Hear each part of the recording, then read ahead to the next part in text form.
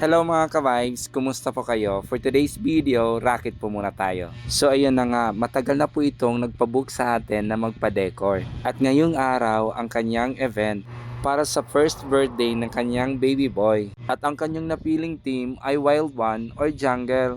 At hinanda na po namin ang mga gamit para dalhin dun sa venue ng event. Sidecar lang po ang gamit namin sa paghahakot ng mga props o mga gamit pang decor. At regalo pa po ito ni Kuya Abit at ni Ate Inol.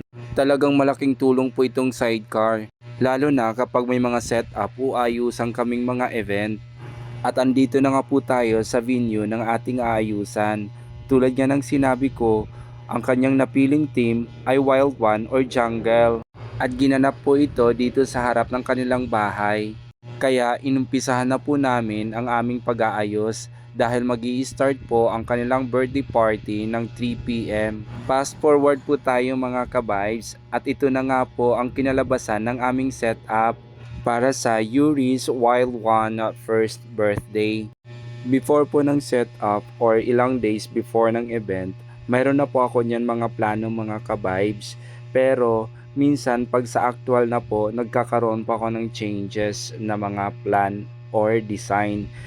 Dahil pag nasa actual venue na po tayo mga ka-vibes, meron po tayong mga changes dahil binabase din po natin sa lugar or sa area or sa laki ng area po. Minsan din po mga ka-vibes, open din po ako sa suggestion ng ating client para ito'y mas mapabuti or mas much better po tingnan or mas maganda po tingnan. Kaya open din po ako kung may suggestion po ang ating client. Kaya po kahit may plan or design na po akong nagawa before that event, ay nagkakaroon pa rin po ako ng changes. Bali yung nagawa kong plan na yon ay nagiging guide ko na lang din po siya.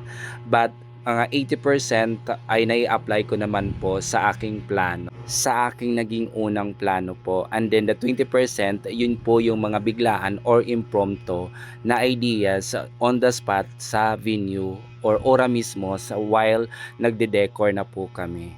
Ito po ay base sa aking own experience po or own diskarte po sa pagde-decor.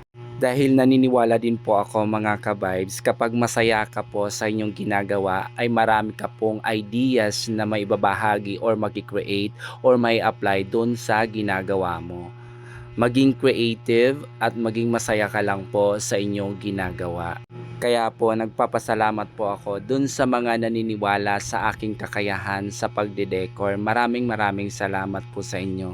At maraming salamat din po sa inyo dahil kumikita din po ang aking mga kasama sa pagde-decor na si Mami Napol, Rim and Patrick. Yan po ang aking madalas na kasama kapag po kami ay may mga setup or decor. Maraming salamat po sa inyo.